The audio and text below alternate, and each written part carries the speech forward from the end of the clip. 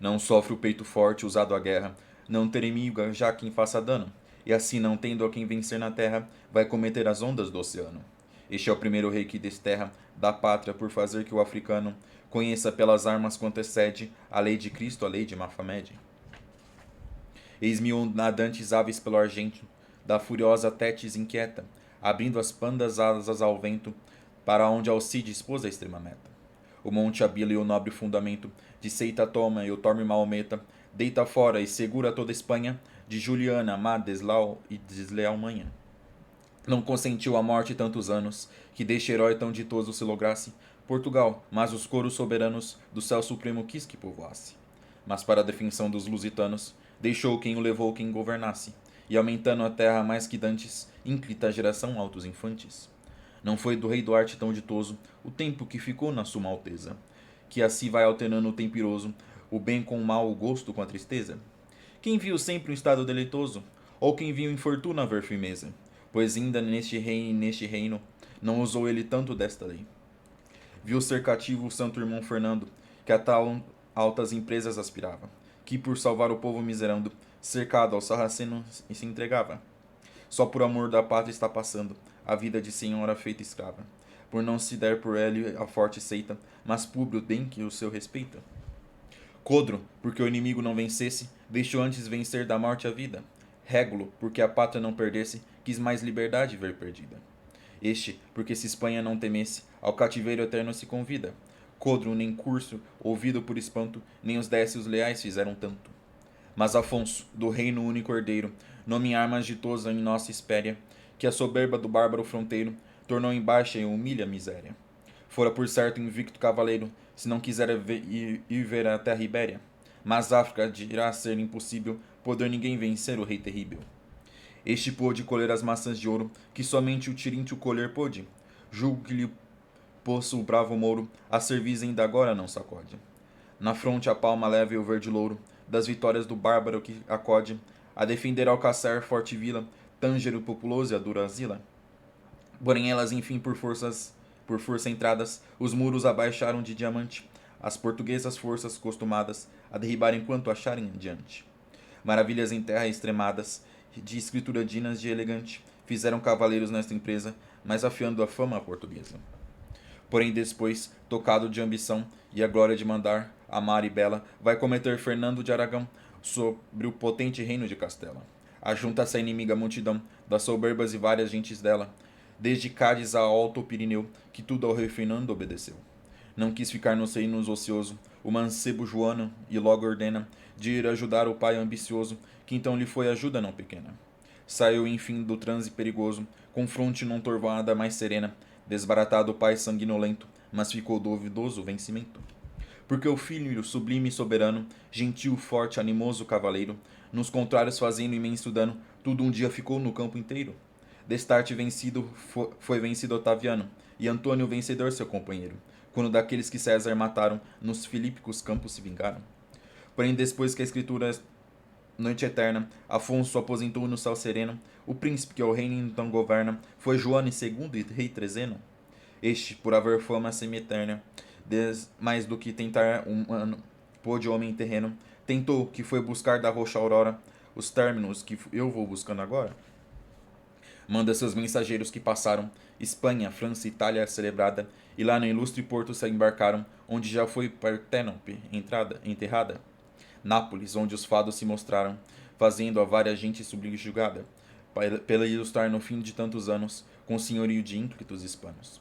Pelo mar alto ciclo navegam, vão-se às praias de Rhodes arenosas, e dali as ribeiras altas chegam, que com a morte de Magno são famosas.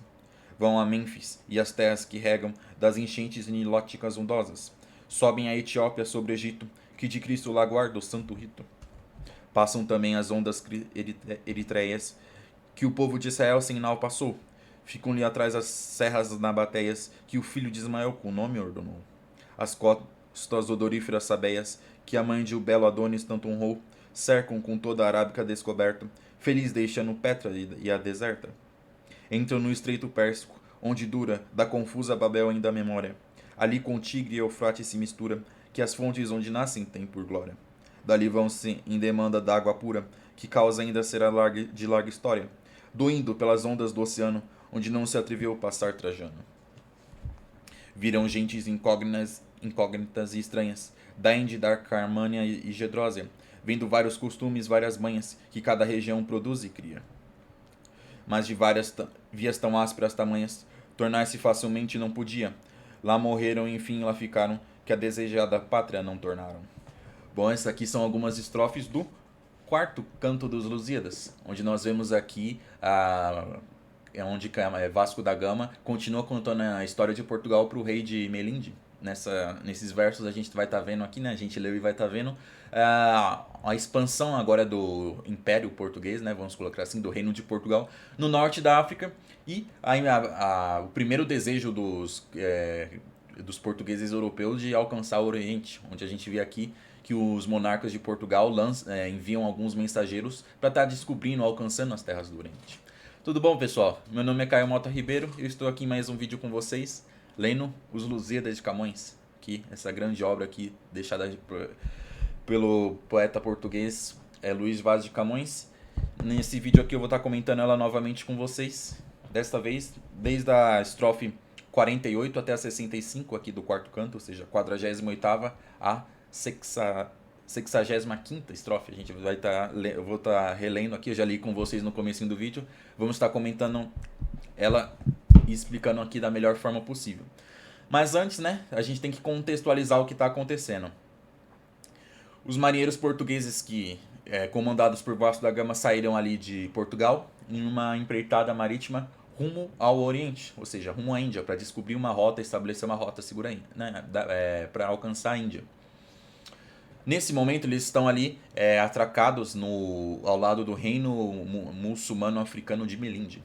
Ali Vasco da Gama e seus marinheiros foram muito bem recebidos pelos africanos e o rei de Melinde, querendo conhecer mais sobre Portugal, pediu para Vasco da Gama contar a história de Portugal. Camões utiliza desse encontro para estar contando toda a história do povo de Portugal, né? Eu sempre falo isso para vocês desde o nosso primeiro vídeo. A obra Os Lusíadas, como muita gente acaba assim, achando, não está contando só a história da empreitada do Vasco da Gama. Não está contando só essa viagem. Na verdade, Camões está contando os grandes feitos do povo de Portugal. Assim como os feitos realizados pelos marinheiros que foram até o Oriente, como pelos reis, pelos guerreiros que foram expandindo o império, o reino de Portugal e também a fé, o cristianismo. Então, nesse encontro aqui de Vasco da Gama com o rei de Melinde, é uma justificativa que Camões tem para estar contando a história de Portugal e contar os grandes feitos realizados pelo povo português desde a fundação ali, ou até mesmo antes, né? Desde a época que os cristãos europeus estavam enfrentando os muçulmanos ali na Península Ibérica, né? A época da Reconquista. Então, nesse momento aqui, dessa parte da obra, que começa no terceiro canto, que é quando Camões, por meio de Vasco da Gama, começa a contar a história de Portugal e vai percorrendo aqui até o quarto canto. O quinto canto, que a gente vai ver mais pra frente, é a viagem do Vasco da Gama, mais precisamente, né? Como a gente já bem viu nos nossos comentários anteriores, Camões ele não começa a narrar a empreitada do Vasco da Gama desde a partida de Lisboa. Ele não fala assim, o Vasco da Gama e seus marinheiros saíram das praias de Lisboa e foram contornando ali a costa africana até alcançar a Índia. Não, ele não conta isso. Ele já começa narrando quando eles estão ali pela região de Madagascar, né? É a ilha de São Lourenço, como era conhecido antigamente. Aí a gente viu o encontro dos portugueses com os muçulmanos de Moçambique e a passagem desastrosa, a armadilha que tinha que havia sido preparada pelos muçulmanos de Mombasa. Agora a gente está vendo aqui os portugueses em Melinde. Então, essa parte da viagem que acontece antes, ou seja, do ponto ali de Madagascar para trás, ele vai estar contando mais para frente. Então, é isso, explicando isso para a gente se situar melhor. Então, Vasco da Gama ali, Camões, por meio de Vasco da Gama, está contando a história de Portugal para a gente, contando para o rei de Melinde. Ele contou ali os eventos que levaram à fundação do Império do Reino de Portugal e a sucessão dos vários monarcas que foram expandindo, e não só expandindo o reino português, como também se defendendo dos vizinhos espanhóis cristãos e também se defendendo dos muçulmanos, né? Principalmente ali os castelhanos, eles tentaram várias vezes subjugar, tomar os territórios portugueses, e os muçulmanos também tentaram reaver esses territórios que eram deles, né? Então, a gente viu aí a sucessão dos reis e dos heróis que mantiveram a independência portuguesa. Aqui a gente vai estar vendo aí, após a batalha de Aljubarrota, que a gente viu no nosso comentário anterior, a gente vai ver que os cristãos portugueses, os monarcas cristãos portugueses, não se contentam em estar só ali conquistando as terras da Península Ibérica e começam a invadir a África. Então a gente vai ver aqui as conquistas realizadas pelos cristãos portugueses aqui no norte da África e depois a viagem dos mensageiros portugueses que chegaram na Índia, no Oriente. Então aqui começando a nossa leitura, recomeçando, né? Vamos aqui para 48ª estrofe aqui do quarto canto.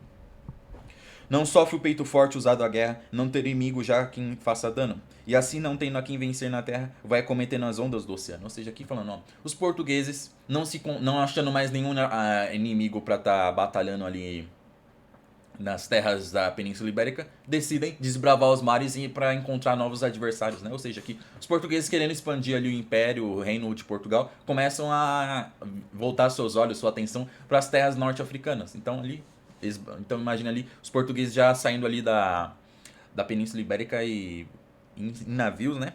Aqui como ele coloca, vai cometer as ondas do oceano. Eles vão atravessando o oceano, ou seja, eles vão navegando e conquistando ali os territórios banhados ali pelo Oceano Atlântico e também pelo Mar Mediterrâneo. Este é o primeiro rei que se desterra da pátria por fazer que o africano conheça pelas armas quanto excede a lei de Cristo, a lei de Mafamed. Ou seja, aqui, este é o primeiro rei. Que rei é esse? É o rei João I, né? É o rei que lutou ali contra os castelhanos no nosso vídeo anterior, a gente viu isso, né? É o rei João I, que é o primeiro rei dessa dinastia, né? É a dinastia de Avis, ou como também conhecida como dinastia joanina. A gente bem viu que a dinastia anterior, a portuguesa, que era a dinastia dos Afonsos, né? Era a dinastia afonsina, né? Mas como o rei Fernando, que foi irmão do rei João, né? O rei João é um filho bastardo do rei Pedro I. O Pedro I teve como primogênito o rei Fernando, né? Mas o rei Fernando não deixou nenhum filho, então acabou se encerrando a dinastia dele ali. E como a gente viu nos vídeos anteriores, né, houve um problema e até uma guerra civil em Portugal por causa dessa sucessão, né? Os castelhanos tentaram ali se aproveitar daquela situação para assumir e colocar um castelhano no trono de Portugal. Então se encerrou ali aquela dinastia. O rei João I foi o primeiro, ele iniciou essa dinastia, né? A dinastia de Avis. Então a gente viu que ele acabou sendo o primeiro rei português que saiu das terras ali da Península Ibérica, né, da Península Hispânica, e decidiu desbravar e conquistar as terras africanas. E a Camões até coloca aqui que não só no contexto de expandir o império, mas também de expandir o cristianismo. Vamos ler aqui de novo. Por fazer que o africano conheça, né, os povos africanos conheçam pelas armas quanto excede a lei de Cristo, a lei de Mafamed, ou seja, né, a lei de Maomé. Mafamed aqui é uma forma de se referir a Maomé, ou seja, querendo mostrar para os africanos muçulmanos que o cristianismo é muito superior ao Islã, que é uma forma poética de dizer isso. Eis mil nadantes aves pelo argêntio, da furiosa Tétis inquieta, abrindo as pandas asas vão ao vento, para onde Alcides pôs a extrema meta. Aqui é uma forma poética de comparar as velas das grandes embarcações portuguesas com asas de algumas aves, né? Então aqui vamos ler de novo. Eis mil nadantes aves pelo argento, né? Ou seja, nadantes aves, ou seja, mil embarcações. Então imagina assim, várias e várias embarcações portuguesas ali pelo argêntio. Argêntio é uma forma de se referir ao mar, né? O argento quer dizer a prata, né? O mar ele tem quando o sol bate na água do mar tem um aspecto prateado. Então é uma forma poética que a gente já viu várias vezes aqui nos Lusíadas e a gente vai ver mais pra frente na obra. É uma forma poética de Camões se utiliza para se referir às águas do oceano, né? Pelo argento da furiosa Tétis inquieta, né? Aqui é a referência ao oceano. A deusa Tétis é uma deusa, é uma ninfa também, às vezes referida como uma ninfa. Mais ninfa do que deusa, mas é um ser mitológico que habitava as águas, né? Ela é a senhora das águas ali do oceano. Então, aqui é uma forma de se... Isso aqui é uma forma poética de Camões dizer que os portugueses, em suas embarcações, começaram a desbravar os mares para conquistar as terras da África. Abrindo as pandas, asas vão ao vento, ou seja, né, comparando ali as velas que se abrem aos ventos com as aves que navegam, que voam pelo vento. Então imaginem aí as asas uma vela aberta com com a asa de uma árvore. Para onde Alcides pôs a extrema meta, né? Quem é Alcides que local é esse que ele realizou uma meta extrema? Alcides, como eu já bem mencionei aqui algumas vezes, não é a primeira vez que esse nome aparece, é o Hércules, né? É o nome português do Hércules. E Hércules é conhecido pelos seus 12 trabalhos, seus trabalhos extremos. A extrema meta, né, é um desses trabalhos. Os portugueses estavam indo para onde, como a gente viu? Para o norte da África. Ali no norte da África, mais precisamente ali na região do Estreito de Gibraltar, é dito que o Hércules realizou um dos seus 12 trabalhos. Para quem não sabe, ali é a região das colunas de Hércules. A mitologia diz que aquela região ali onde a Península Ibérica encosta ali com o topo da África, era dito que ali era fechado. Mas um dos trabalhos do Hércules foi ir ali e usar sua força divina, sua forma extrema para abrir aquilo ali. Daí ele juntou ali o oceano, ele conectou o oceano Mar Mediterrâneo com o Oceano Atlântico. Esse é um dos trabalhos do Hércules. Então aqui é uma forma poética de dizer que os portugueses, em suas naus, navegavam para conquistar as terras ali do norte da África, ali, que fazem fronteira com a Península Ibérica, né? As regiões ali do Estreito de Gibraltar, que hoje corresponde ao Marrocos. O Monte Abila e o nobre fundamento de Ceita toma e o torpe Maometa deita fora e segura toda a Espanha de Juliana, má e desleal manha. Aqui dizendo que os portugueses vão e conseguem conquistar aquela região, né? O Monte Abila e o nobre fundamento de Ceita. Ceita aqui, né, é Ceuta. Ceuta é aquela região ali na pontinha do Marrocos, ali mais para o leste da ponta do Marrocos. Que até hoje é uma região da Espanha, apesar de ser um território já na África. Né? Então eles tomam. E o torpe Maometa deita fora. Torpe e Maometa são os muçulmanos. Como eu já bem falei para vocês, Camões é um cristão europeu. Então, ao se referir aos muçulmanos e aos pagãos, ele sempre vai se utilizar de palavras, de adjetivos pejorativos. Então aqui, o torpe Maometa, né, o vil, o ruim, o torpe servo de Maomé, é uma forma pejorativa de se referir aos muçulmanos. Então, os portugueses conquistam os muçulmanos e expulsam eles dali. Eu acredito assim que eles não meio que expulsaram toda a população, eles meio que talvez tenham subjugado e expulsado mais os nobres muçulmanos que dominavam aquela região.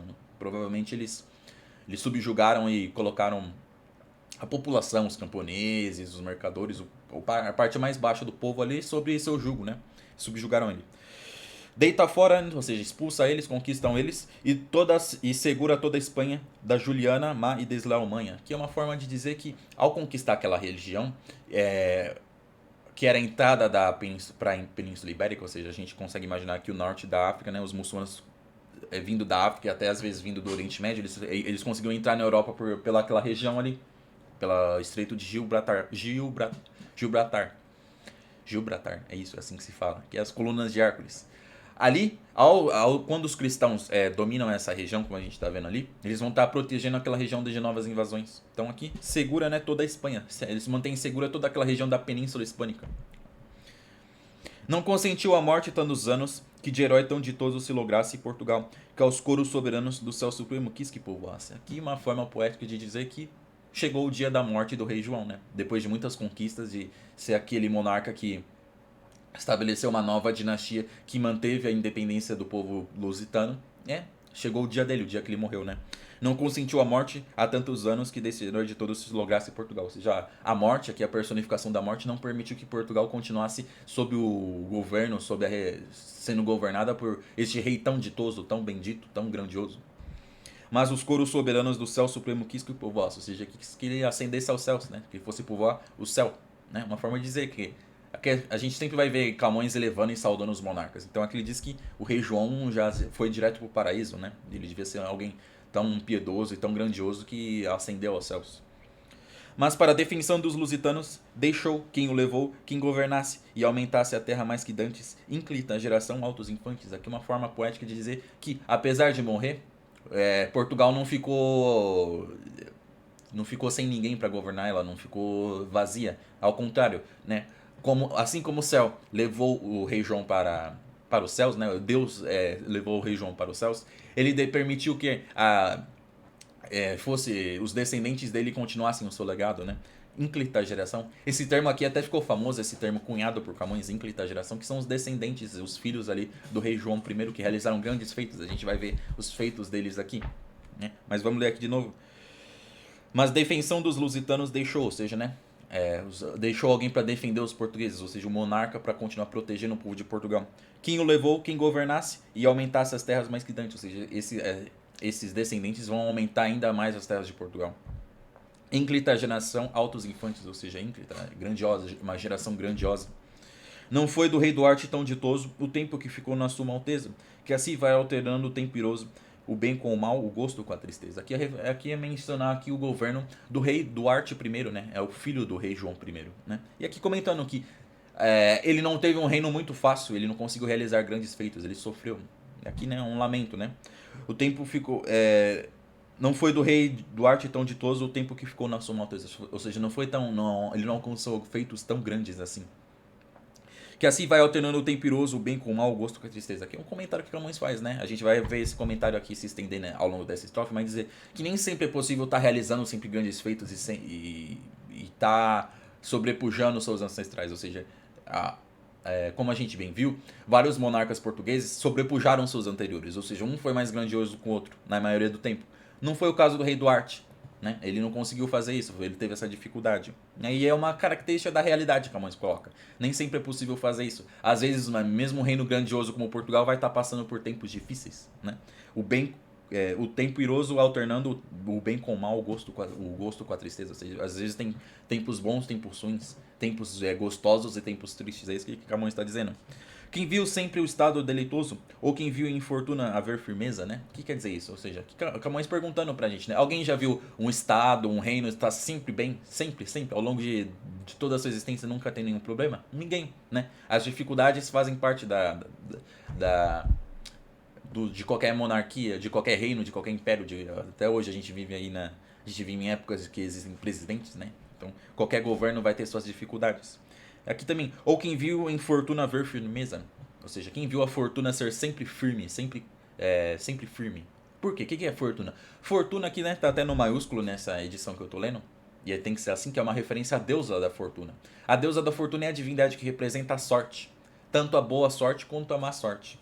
Todo mundo já deve ter ouvido o termo afortunado ou desafortunado, ou seja, quer dizer que é quando uma pessoa é benquisto pela deusa fortuna, ou seja, é uma pessoa com sorte, ou desafortunado, né, quem é malquisto pela deusa da fortuna, ou seja, quem tem má sorte. Aqui quer dizer que, aqui perguntando, né, quem viu a deusa da fortuna sempre ser firme e está sempre favorecendo constantemente alguém ou algum reino? Ninguém, né? Ou seja, as incertezas, as dificuldades, elas acontecem. Ou seja, Camões é admitindo, no Portugal nem sempre esteve bem.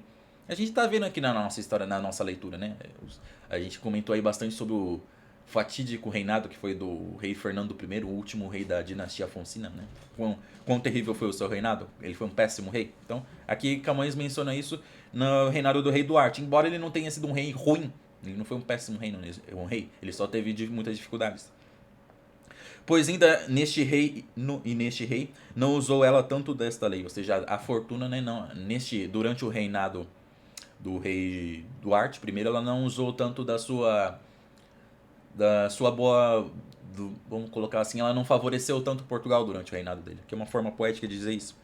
Viu ser cativo o santo irmão Fernando, que a tão altas empresas aspirava, que por salvar o povo miserando, cercado ao sarraceno se entregava. Aqui a referência é um dos problemas, uma das umas desafortunas, vamos colocar assim, né? Dos infortúnios, né? Melhor, essa palavra é bem melhor. Que o rei Duarte viu durante seu reino, que foi o sacrifício do irmão dele. Aqui o irmão dele, o Santo Fernando, Santo Irmão Fernando. Que a altas empresas aspirava, que por salvar o povo miserando, cercado ao sarraceno se entregava. Aqui é uma referência a quando que os portugueses já tinham conquistado Ceuta. Mas os muçulmanos tentando reaver Ceuta, eles conseguiram capturar o irmão do rei Duarte, que era um guerreiro também, um príncipe, é o rei Dom Fernando. Ele foi capturado. Aí os muçulmanos decidiram, ó, vocês vão se entregar Ceuta e a gente devolve o príncipe. Mas aí o Dom Fernando falou, não, é melhor não. Pode me manter preso até eu morrer, que é melhor os portugueses não se entregarem. Ou seja, ele se sacrificou. Aqui é uma referência a isso, né? Cercado ao sarraceno se entregava. Ou seja, ele preferiu, né, continuar preso do que se entregar e deixar que os muçulmanos reavessem o forte ali de Ceuta. Só por amor da pátria está passando a vida de senhora feita escrava. Ou seja, né, ele pelo amor dele à pátria, ele preferiu continuar a passar o resto da sua vida como escravo, né? Ele estava ali como prisioneiro. É dito que, apesar de ser um nobre, em vários momentos ele foi tratado como um mero escravo, né? Um prisioneiro. Então, aqui Camões louvando o feito patriótico dele. Por não se dar por ele a forte seita, mas o público bem que o seu respeita. Ou seja, né? Preferindo não entregar, não quis que Ceuta fosse entregue, ele quis continuar prisioneiro, né? em respeito ao povo, né? Público ao seu respeito. Aqui agora a gente vai ver Camões comparando esse sacrifício feito pelo Dom Fernando com o de outros personagens, de outros generais da antiguidade, da história, ditos na história. Codro, porque o inimigo não vencesse, deixou antes vencer da morte a vida. Aqui é uma referência ao último rei, né? Ao último rei de Atenas, que se sacrificou para que Atenas não fosse conquistada pelos seus adversários, fosse dominada, saqueada e destruída. É dito que existiu uma profecia que falava que quando os adversários ali de Atenas fossem atacar a cidade, se o rei, se Codro, que era o rei de Atenas, continuasse vivo, os inimigos iam ser bem-sucedidos. Então ele decidiu se sacrificar. É até dito que ele se disfarçou de um plebeu e foi até os adversários e fez com que eles o matassem. Né? E graças a esse sacrifício, Atenas não foi conquistada por esses inimigos. Então aqui Camões comparando e louvando esse sacrifício do rei Codro. Régulo, porque a pátria não perdesse, quis mais a liberdade ver perdida. Aqui é uma referência a outro personagem que também se sacrificou. Esse foi um cônsul romano chamado Régulo, né? Ele participou ali da Primeira Guerra Púnica, que as guerras púnicas foram guerras travadas entre os romanos e os africanos de Cartago, né, os cartagineses. É dito que o Régulo Régulo como cônsul, né? Cônsul aí era durante a República Romana ele era meio como se fosse um dos comandantes ali da República. É como se fosse ele era o chefe do Senado. Era algum dos senadores em algum momento assumia esse cargo, né? Ele é um cargo que ficava sendo rotativo, né? Cada hora tinha alguém. Às vezes a pessoa conseguia sentar ali mais de uma vez, mas ele era um comandante, alguém muito importante. Dava para dizer que ele era talvez ele era, né, uma das principais pessoas de Roma. Ao ser capturado pelos cartagineses, os cartagineses exigiram que Roma se rendesse nessa guerra. É bem curioso que eles soltaram o Régulo, você vai lá negociar com Roma e vai voltar, só volta aqui quando você for bem, quando Roma aceitar se render. Ele foi e falou, chegou aos romanos e falou, ó, eu tô preso e nós não vamos nos render, vamos continuar lutando. E ele voltou e após isso ele voltou, né, para honrar sua palavra, sabendo que ele ia ser morto, ou seja, ele se sacrificou por Roma. Camões está comparando os feitos desses dois personagens da antiguidade com o sacrifício do príncipe Dom Fernando, né, irmão do rei Duarte. Este, porque a Espanha se não temesse, ao cativeiro eterno se convida. Assim, agora voltando a falar do Dom Fernando, né? Para que a Espanha continuasse tendo os cristãos dali da Península Hispânica continuassem tendo o controle do forte de Ceuta e assim impedissem que os muçulmanos voltassem a invadir a península, ele fez esse sacrifício. Codro nem Curso, ouvido por espanto, nem os destros leais fizeram tanto. Aqui comparando aí sacrifícios de personagens do passado, dizendo, ó, os homens do passado que se sacrificaram pelo seu povo, pelo seu reino, não fizeram tanto quanto fez o Dom Fernando. Mas Afonso, do reino único herdeiro, nome em armas ditoso em nossa espéria, que a soberba do bárbaro fronteiro tornou em baixa humilha a miséria. Aqui é uma referência ao novo rei de Portugal. Quando o rei Duarte morreu, quem assumiu o trono foi o filho dele, né? Afonso, que assumiu como Afonso V, né? É bem aqui. Nome em armas ditoso em nossa espéria, né? Aqui é o único herdeiro nome em armas ditoso em nossa espéria. Por que é nome ditoso? Porque é o nome dos Afonsos. Não só como a gente bem viu dos vários Afonsos de Portugal que realizaram grandes feitos, mas Afonso era um nome espanhol. Se a gente lembrar, se vocês se lembrarem, se possível tá revendo aí o vídeo onde eu comento ali os eventos que levaram à fundação do Reino de Portugal. Quando o Camões ali tá contando, por meio de Vasco da Gama, contando ali a história a história de Portugal, é dito que um imperador espanhol, que era o Afonso VI, se eu não me engano, de Castela, ou de Leão, mas eu acho que é de Castela, ele ficou muito conhecido e famoso por seus feitos militares, porque ele foi um rei cristão que liderou muitas ofensivas contra os muçulmanos e começou a recuperar vários territórios ali na Península Ibérica. Ele ficou tão famoso, como a gente já bem viu e Camões conta pra gente, que cristãos da Europa inteira, ao saberem desses feitos, abandonaram suas terras e foram até diante do desse rei Afonso espanhol, para lutar sob a bandeira dele, né? Então, esse nome Afonso depois foi sucedido por vários monarcas, né? Tanto os monarcas portugueses que, por exemplo, o rei Afonso Henriques era neto dele. Então, os portugueses aí são netos, são irmãos descendentes dos espanhóis. E outros Afonsos foram herdando esse nome. Então, o rei Afonso V aqui de Portugal, né, tem esse nome que é um nome muito bendito, um nome que é conhecido de pessoas grandiosas. Quer dizer isso? É um nome elevado, um nome grandioso, né? em nossa Espéria. Espéria é a nossa Espanha, né? Nesse caso aqui, Espéria, que seria a Península Hispânica, né? Que a soberba do bárbaro fronteiro tornou embaixo e humilha a miséria. Ou seja, né? Os bárbaros que faziam fronteira ali, que se refere aos muçulmanos, são os muçulmanos, ou seja, ele humilhou, né? Por meio de suas conquistas, o rei Afonso V aqui, subjugou os muçulmanos ali do norte da África. Fora por certo invicto cavaleiro, se não quiser ir ver a terra ibéria. Mas África dirá ser impossível por ninguém vencer o rei terrível. Aqui dizendo que ele só foi perder, ele teria sido conhecido como rei invencível se ele não tivesse tentado lutar contra os povos ali na Península Ibérica, né? Por quê? O que quer dizer isso? Ao lutar contra os muçulmanos no norte da África, o rei Afonso V ele venceu todos eles, ele nunca foi derrotado. Ele só foi derrotado quando, em cobiça, ou seja, quando querendo aumentar ainda mais o seu império, ele desejou conquistar as terras ali na Península Ibérica que estavam na mão dos espanhóis. E ali ele perdeu. Então quer dizer isso, né? Fora por certo invicto cavaleiro se não quiser ir ver a Ibéria. Ou seja, ele seria considerado invicto se ele não tivesse voltado os seus olhos para as terras dos cristãos ali na Península Ibérica, para as terras dos espanhóis.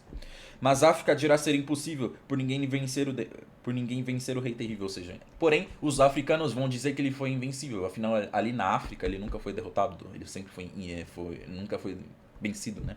Então ali ele é invencível. Este pôde colher as maçãs de ouro que somente o Tiríntio colher pôde. Do jugo lhe pôs o bravo Mouro, a cerviz ainda agora não sacode. Só fizinha ruim, é difícil de ler. Aqui está dizendo que ele realizou feitos tão grandiosos ali na Península Ibérica que ele ia ser digno de colher as maçãs das Hespérias. Ou das Hespéridas, até vou confirmar aqui, né? Isso, a maçã das Hespérides. As Hespérides geralmente varia, geralmente é dito como princesas de um rei que ocupou aquela região ali da Península Ibérica, do sul da Península Ibérica e do norte da África na antiguidade. Mas na mitologia também diz que são ninfas, né? É dito que ali na região extremo oeste do mundo, ali do mundo africano europeu, ficava um local que existia uma árvore que tinha maçãs douradas. E quem comesse aquelas maçãs ia se tornar imortal. Na mitologia greco-romana dizia isso. Um dos trabalhos de Hércules foi pegar uma dessas maçãs. Né? Pegar uma dessas maçãs. Tem que estar aqui, ó. Este pôde colher as maçãs de ouro que somente o Tiríntio colher pôde. Aqui é uma referência. Esse Tiríntio é mais uma vez aqui uma referência ao Hércules. A gente viu a referência ao Alcides, agora é uma referência ao trabalho de Hércules. Ou seja, os feitos do rei Afonso foram tão grandiosos que ele conseguiria obter essas maçãs. Do jugo lhe pôs o bravo Mouro, a cerviz ainda agora não sacode. Ou seja, o que quer dizer isso? Que ele conquistou os muçulmanos dali da África, do norte da África, que até agora ainda estão sob o jugo português. Vamos contextualizar. O que está acontecendo nesse momento aqui? Vasco da Gama está em Melinde contando a história de Portugal para o rei de Melinde. Que época é essa? Isso aqui que época está acontecendo essa história que Vasco da Gama está contando isso? É no século XVI. Né? Aqui o finalzinho aqui do século XV, que é onde acontece aí a empreitada do Vasco da Gama, mais precisamente final do século XV. Nessa época, o Império Português já controlava ali boa parte do norte da África, ou seja, aqui como se fosse Vasco da Gama dizendo isso. As terras que o grande rei Afonso V conquistou até hoje, os muçulmanos que ele subjugou, até hoje estão sob a serviço do povo de Portugal, do reino de Portugal. A cerviz ainda agora não sacode, ou seja, eles não retiraram a cerviz, ou seja, eles ainda estão dominados, esses muçulmanos. Na fronte a palma leva e o verde louro das vitórias do bárbaro. Ou seja, ele leva na palma e na sua fronte a coroa de louros. Né? A coroa de louros era uma série de... era uma tiara feita com louro, que era um tipo de planta, que ela simbolizava a vitória, né? Quem carregasse aquilo ali era sinal de vitorioso. Né? Cultura greco-romana, vocês veem aí heróis retratados, grandes senhores, eles carregando uma tiara feita de uma plantinha assim na cabeça. É a coroa de louros, que simboliza isso. Das vitórias do bárbaro, que acode a defender Alcácer, Forte Vila, Tanger e Populoso e Durazila. Aqui as conquistas e a defesa que ele fez, né? O rei Afonso V. Porém elas, enfim, por força entradas, os muros baixaram de diamante as portuguesas forças. Né? Aqui dizendo que essas regiões aqui, ó, Alcácer e o Forte Vila, que é Alcácer do Sal, Tanger e Populoso, que a Tanger é a região que contempla ali o norte da África, e a Arzila também, que é uma cidade, acho que se eu não me engano até hoje existe, ou seja, aqui também mencionando que o rei Afonso enfrentou batalhou nessas regiões e conseguiu vencer, fazer com que os muros dessa região se erguessem para que ele entrasse, né? Vamos ler aqui de novo. Por forças entradas, os muros baixaram de diamante as forças portuguesas, ou seja, os muros se baixaram, ou seja, foram tombados, né, pelas forças portuguesas, quer dizer isso. Costumadas a derribar enquanto acham diante, ou seja, as forças portuguesas que sempre estavam acostumadas a vencer tudo que viam à sua frente, venceram e conquistaram essas regiões aqui também. Maravilhas em terra, em armas extremadas e de escrita dignas e elegante. Fizeram cavaleiros nesta empresa, mas afiando a fama portuguesa, ou seja, os cavaleiros portugueses e os guerreiros portugueses nessa empreitada ali no norte da África realizaram feitos muito grandiosos, né? Continuando aí a tradição portuguesa de grandes feitos, ali no norte da África não foi diferente. Porém, depois, tocado de ambição e glória de mandar, amar e bela, vai cometer Fernando de Aragão sobre o potente reino de Castela. Aqui é uma referência ao que a gente falou antes, da derrota que o rei Afonso obteve ali ao querer ser cobiçoso e que conquistar os reinos cristãos espanhóis ali na Península Ibérica, né? Vai cometer Fernando de Aragão, ou seja, vai enfrentar, né, o rei Fernando de Aragão sobre o potente reino de Castela ali, os reinos de Castela. Então ele vai tentar enfrentar os espanhóis. Ajunta-se a inimiga multidão das soberbas e várias gentes dela, desde Cádiz ao Alto Pirineu, que tudo ao rei Fernando obedeceu. Aqui, né, o reino todo do rei Fernando aqui de Castela de Aragão se une para se defender contra essa invasão do rei Afonso de Portugal, né? Então aqui, ajunta a inimiga multidão das soberbas e várias gentes dela, assim, desde Cádiz ao Alto Pirineu. Cádiz fica ali no sul da Espanha, e os Pirineus é a região ali mais ao norte, mas principalmente aquela região ali no nordeste, que faz fronteira com a Espanha, né? São os Montes Pirineus. Então é dito que toda aquela região ali da Espanha, os exércitos todos se reuniram para se defender contra essa invasão que o rei Afonso de Portugal Afonso V tentou fazer. Não quis ficar nos reinos ocioso o mancebo Joane, e logo ordena de ajudar ao pai ambicioso, que então lhe foi ajuda não pequena. Aqui é a mesma menção que o rei Afonso V ele sofreu muito nessa guerra. O filho dele foi socorrer ele, é uma menção isso, né? Não quis ficar nos reinos ociosos, ou seja, o filho dele não quis ficar ali parado no reino, né? Provavelmente enquanto o pai guerreava, o filho ficava ali governando. Mas ao ver que o pai estava batalhando e provavelmente ia perder, o filho foi socorrer ao pai. E logo ordena de ir ajudar o pai ambicioso, que então lhe foi ajuda não pequena, né? Ele vai logo, ao ver que o seu pai estava precisando de ajuda, ele vai socorrer ele e prestar, né, auxiliar ele. Auxílio esse que não foi pequeno, né? A ajuda dele foi muito importante. Saiu, enfim, do transe perigoso, com fronte não turvada, mas serena, desbaratado o pai sanguinolento, ou seja, né, ao ser derrotado, né, que é uma menção, né, o pai sanguinolento, o Afonso V, né, saiu do transe perigoso, com fronte não turvada, ou seja, ele foi derrotado, mas não foi capturado nem morto, né, aqui o Afonso V. Mas ficou duvidoso o vencimento. Aqui é um questionamento, né? Realmente, será que essa batalha que travou contra os espanhóis foi uma derrota, né? Será que ele realmente foi derrotado? E aqui Camões argumenta se essa derrota talvez não tenha sido realmente uma derrota. Porque o filho sublime e soberbo, ou seja, por quê? Por que não foi derrota? Porque o sublime filho dele, que é o rei João, que vai se tornar o príncipe João, que vai ser, quando for rei, ele vai ser o João II, né?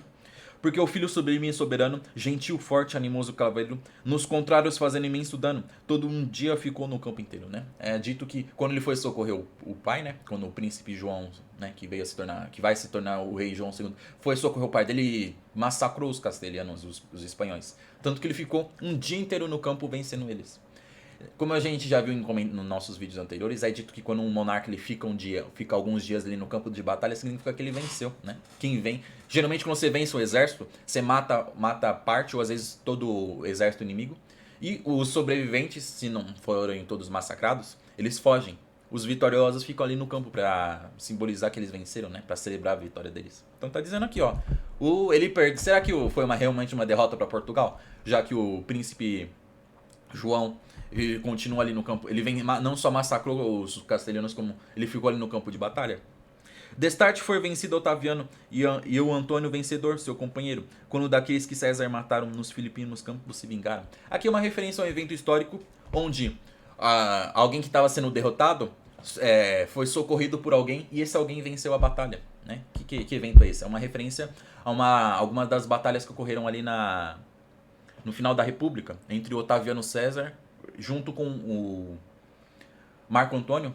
Otaviano César ele é sobrinho do Júlio César e veio se tornar seu herdeiro. E depois Otaviano travou uma guerra civil contra o seu aliado aqui, Marco Antônio. Nesse momento eles são aliados, mas depois eles batalharam. E ele veio a se tornar o primeiro imperador, o Otaviano. Ele assumiu o nome como Augusto César. Então, o famoso Augusto César, o primeiro imperador romano.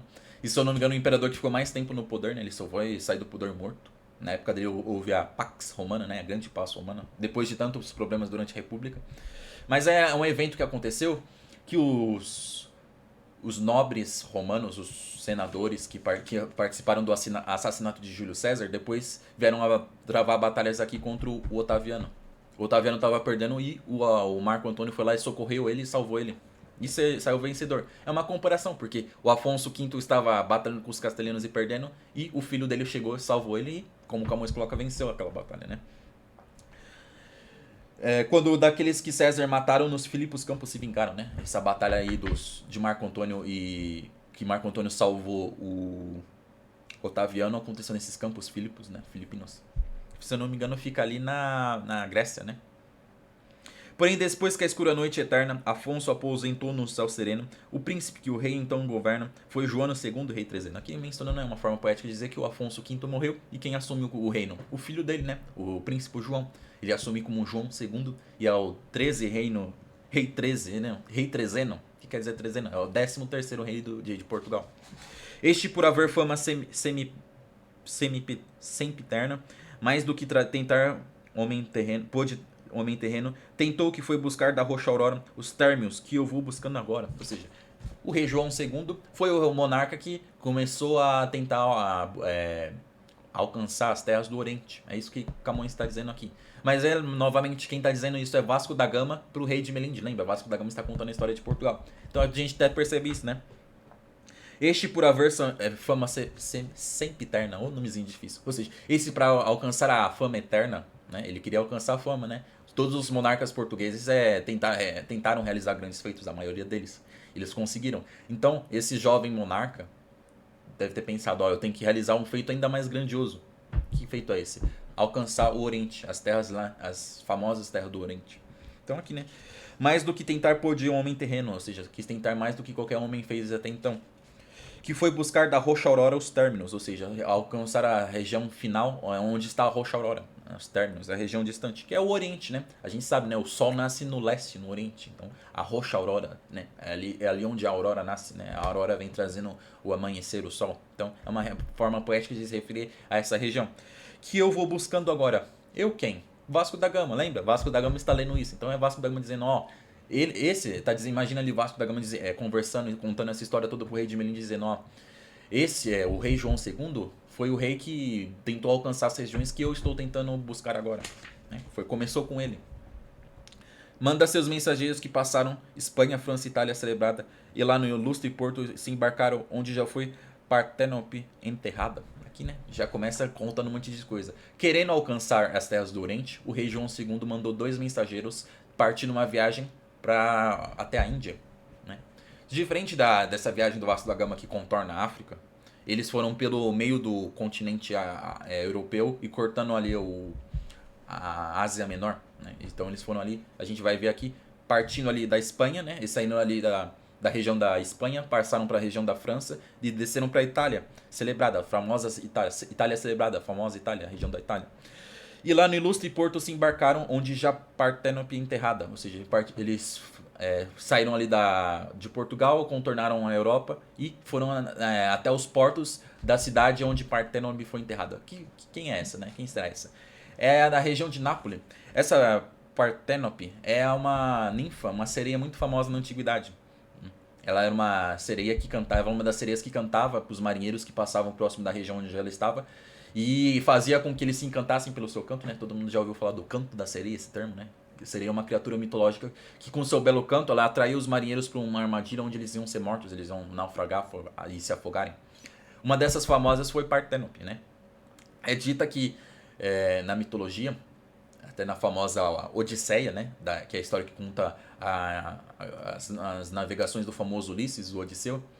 Ele, por um momento, ele estava passando por essa região, né? Onde essa sereia Parteno estava cantando. E para se livrar do seu canto, ele colocou cera de ouvido então, pô, assim ele não ia ouvir o seu canto e conseguiu passar pelaquela região. Porque se ele escutasse o canto dela, ele ia ficar tão encantado que ele ia querer desviar a sua nau para onde ela estava cantando, ia cair numa armadilha. É dito que ela ficou tão triste por não conseguir conquistar o Odisseu que ela se matou. E o corpo dela foi parar ali na região da Itália. E ali foi fundada uma cidade com o nome dela, Partenope. E depois a cidade veio a se chamar Nápoles, né? Uma forma mitológica aí da origem da cidade de Nápoles, que fica ali na Itália. Então, esses dois mensageiros enviados pelo rei João saíram ali de Portugal, foram passando pelos territórios da Europa e até chegarem nos portos de Nápoles, né? Nápoles, onde os fados se mostraram fazendo várias gentes subjugadas ali, né? O fados, né? O destino, né? Os fados são as divindades que se referem ao destino. Nos contam que ali muita gente foi subjugada, né? Ocorreram muitas batalhas naquela região. Muitos povos dominaram e depois foram dominados, foram conquistados, foram destruídos, né? Subjugada, para ilustrar no fim de tantos anos com o senhorio de ínclitos hispanos, né? Assim como aquela região, a região ali de Nápoles foi subjugada e conquistada várias vezes, a região da Espanha também foi. Pelo mar do Alto Ciclo navegam, vão às praias de Rodes arenosas, né? Eles vão, saindo ali de Nápoles, eles navegam pelo mar da Sicília. A Sicília é aquela parte sul ali. Então eles navegam aqui pelo mar Mediterrâneo até chegarem nas areias de Rhodes. Rhodes ela é uma região, é uma ilha ali da Grécia. Então imagine eles saindo ali da Itália e indo rumo ao leste até a Grécia. Né? Vão às praias de Rhodes arenosas e dali as ribeiras altas chegam, que com morte de Magno são famosas. Ou seja, eles saem ali depois de passar pelas areias de Rhodes, eles vão para a região onde a morte de Magno ficou famosa. Quem é esse Magno?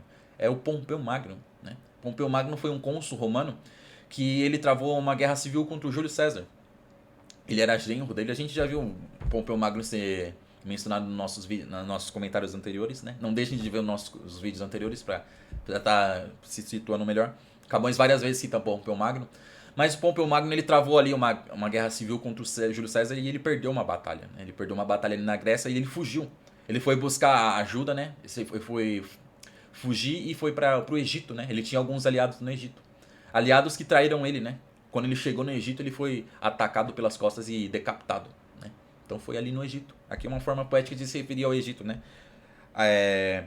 As ribeiras altas chegam, que com a morte de Magno são famosas, ou seja, a região que são conhecidas são famosas por ser o local onde Pompeu Magno morreu. Vão a Mênfis e as terras que se regam das enchentes neolíticas ondosas, ou seja, ali no Egito, né? Mênfis é uma cidade, uma região ali. Eles passam ali pelo rio Nilo, pelo local que o rio Nilo inunda com suas enchentes. Sobem a Etiópia sobre o Egito, que de Cristo lá guarda o santo rito, né? Ali a Etiópia foi muito tempo, acho que até hoje tem uma boa parte dela é cristã. Então eles vão passar ali. Lembrando que não é a mesma Etiópia, necessariamente a mesma Etiópia de hoje, né? Mas imagine ali que eles passam ali pelo Egito e vão para a costa africana oriental, que é mais ou menos a região que Vasco da Gama está agora nesse momento da história. Passam também as ondas eritreias, que o povo de Israel Sinal passou, né? Onde é que o povo de Israel, o povo judeu, atravessou, né? Que mar é esse, que águas são essas que o povo de Israel passou sem barco? É o mar Vermelho, né? Nos livros bíblicos ali do Antigo Testamento, né? No Êxodo, é dito que sobre a bênção de Deus, né? Moisés bateu com seu cajado e abriu o mar Vermelho para que o povo de Israel pudesse passar, né? Esse grande milagre que é retratado aí nos nossos textos bíblicos, né? Nossos, né? Eu digo como católico cristão. Então, aqui é uma forma poética de dizer que esses mensageiros passaram por ali, pelo Mar Vermelho. Ficam atrás das serras nabateias, que o filho de Ismael com o nome Ornon. Ali são alguns montes que ficam ali naquela região, né? Então, por ali os mensageiros portugueses passaram por ali, rumo para alcançar o Oriente, né? Tudo seguindo as ordens aí dadas pelo rei João II. As costas odoríficas sabeias, que a mãe do belo Adonis tanto honrou, cercam com toda a Arábia descoberta, feliz, deixando a pétrea e a deserta. Ou seja, eles passam ali pela Arábia, né? Pelo Oriente Médio, eles vão passando. Entram no Estreito Pérsico, onde dura da confusa Babel ainda a memória. Ou seja, ali, né, eles vão ali para o Estreito Pérsico. Ali é dito que ficava a famosa Torre de Babel, né? Aquele grande prédio que os homens tentaram construir para chegar aos céus. Ali com o Tigre e o Eufrates se mistura, que as fontes onde nascem têm a por glória, né? Ali passam ali pela região do rio Tigre e do famoso rio Eufrates. Dali vão em demanda da água pura, que causa ainda será de larga história. Ou seja, ali os mensageiros continuam sua viagem até as águas, né, a água pura, que causa ainda será de larga história. Ou seja, as águas do Oriente, né, o Oceano Índico. Ou seja, dali eles vão até o Oceano Índico. Então imaginem que eles estão ali no Oriente Médio, ali na região da África, do Oriente Médio, bem nas praias, dando de cara pro Oceano Índico. Né? Eles não fizeram a viagem subindo ali pela região ali do Afeganistão até chegar na região da Índia. Não, é dito que eles chegaram ali em algum porto e foram navegando até a Índia. A gente vai ver isso aqui. Que causa ainda será de larga história. Por que larga história? Que ainda ali naquela região vão ser feitos grandes feitos, né? A gente vai ver aqui mais pra frente os feitos que os portugueses que navegaram depois de Vasco da Gama, ou seja, entre Vasco da Gama e Camões, realizaram. Indo pelas ondas do oceano, onde não se atreveu passar Trajano, né? Trajano, né, foi um general, um imperador romano, já do Império Romano, que ele conquistou vários territórios ali da Ásia, mas ele parou meio que por ali na região ali da Ásia Menor, próximo ali da região que hoje contempla o Afeganistão. Mas ele não ousou continuar navegando e se aventurar ali pro Oriente, né? Então, eles passaram por esse oceano que Trajano não teve coragem de navegar. Aqui a 65ª estrofe, nossa última estrofe que eu vou estar lendo com vocês. Viram gente incógnitas e estranhas da Índia, da Carmane de Gedrósia, vendo vários costumes, várias manhas que cada região produz e cria. Ou seja, eles alcançaram a Índia, eles conseguiram alcançar aquela região ali do Oriente, né? Índia, da Carmane e da Gedrósia. E viram vários povos, os povos ali pagãos, né? Os povos gentios ali, que ocupavam o Oriente. Mas de vias tão ásperas tamanhas, tornar-se facilmente não podia. Lá morreram, enfim, lá ficaram, que a desejada pátria não tornaram, né? Eles concluíram essa jornada, né? Sob as ordens do rei João II, esses dois mensageiros alcançaram a Índia, mas eles não conseguiram voltar, né? A viagem foi muito difícil. A história diz que eles ficaram por lá e eles acabaram morrendo ali. Depois de um tempo eles se separaram. Se eu não me engano, um deles foi, acho que ele foi pra Arábia ou talvez pra África, mas os dois, infelizmente, aqui como Camões finaliza esse verso pra gente, eles não tornaram a pátria amada, ou seja, eles morreram ali. Certo, pessoal? Terminando aqui mais um vídeo com vocês, onde a gente viu aqui a expansão do Império de Portugal no norte da África e o desejo do rei João II, e que depois ele vai passar para os próximos monarcas portugueses, né? De estar conquistando ali o Oriente, né? A gente vê aqui os mensageiros portugueses em sua extensa viagem pelo meio do continente europeu e asiático para chegar no Oriente. Certo, pessoal? Então, pedir para vocês estarem deixando um like, se possível tá comentando e também tá compartilhando esse vídeo, né? Se vocês estão gostando aí, compartilha aí na rede social de vocês, compartilha com seus amigos aí para estar divulgando esse trabalho. Não se esqueçam de estar também assistindo os vídeos anteriores, né? Eu tô aqui fazendo esse esforço para comentar os Lusíadas. Eu tô aqui no finalzinho no meio pro fim do quarto canto, mas o primeiro, o segundo e o terceiro já estão comentados, então se vocês tiverem curiosidade e querer se situar melhor aqui na nossa leitura, tá compreendendo melhor o que está acontecendo, alguma das referências, não deixem de estar conferindo. E se inscrevam, né, para estar acompanhando o meu trabalho aqui. Eu vou estar fazendo esse esforço de estar lendo e comentando dentro da medida das minhas capacidades os Lusíadas aqui com vocês. Então eu vou fazer esse esforço de comentar todos os 10 cantos dos Lusíadas. Então não deixem de se inscrever. Eu vou pedir para vocês também estarem olhando aqui a descrição do vídeo. Acessar um link que está aí, que é de um e-book meu que eu estou vendendo. É uma versão digital dos Lusíadas minha, toda comentada por mim. Por apenas R$10 vocês vão estar obtendo aí os Lusíadas em PDF, todo comentadinho, tudo da melhor forma possível explicado para vocês. Como vocês devem estar percebendo, é muito difícil ler os Lusíadas. Eu leio os Lusíadas há alguns anos e ainda tenho muita dificuldade. Eu me enrosco em alguns termos, eu gaguejo bastante para ler, né? Um português bem arcaico aqui e as rimas que o Camões faz, né? Essa linguagem poética dá uma travada na minha língua. Sem falar que é difícil entender aí as referências a personagens, a divindades, a locais do mundo que Camões faz. Então, esse e-book que eu estou vendendo, ele vai servir como um guia para vocês. Vai facilitar a leitura de vocês. É fundamental ter isso, porque essa aqui, a obra Os Lusíadas, é a maior obra da língua portuguesa. É muito difícil estar lendo. Ela precisa ser difícil, né? Um texto difícil, a gente se esforçar para ler um texto difícil desenvolve muito a nossa inteligência, a nossa capacidade de leitura. Então, esse e-book aí que tá apenas por R$10, ou seja, por apenas R$10 vocês vão ter acesso a esse e-book, que vai facilitar a leitura de vocês, que vai estar aí está comentado todos os 10 cantos dos Lusíadas. R$10 está de graça, eu tenho certeza que vocês não vão estar se arrependendo de estar adquirindo. Tá bom, pessoal? Agradeço aí a audiência de vocês. Não deixem de estar aqui acompanhando o meu trabalho aqui na internet, no YouTube, nas redes sociais. Meu nome é Caio Mota Ribeiro e eu desejo um forte abraço para vocês. Fiquem com Deus. Até a próxima.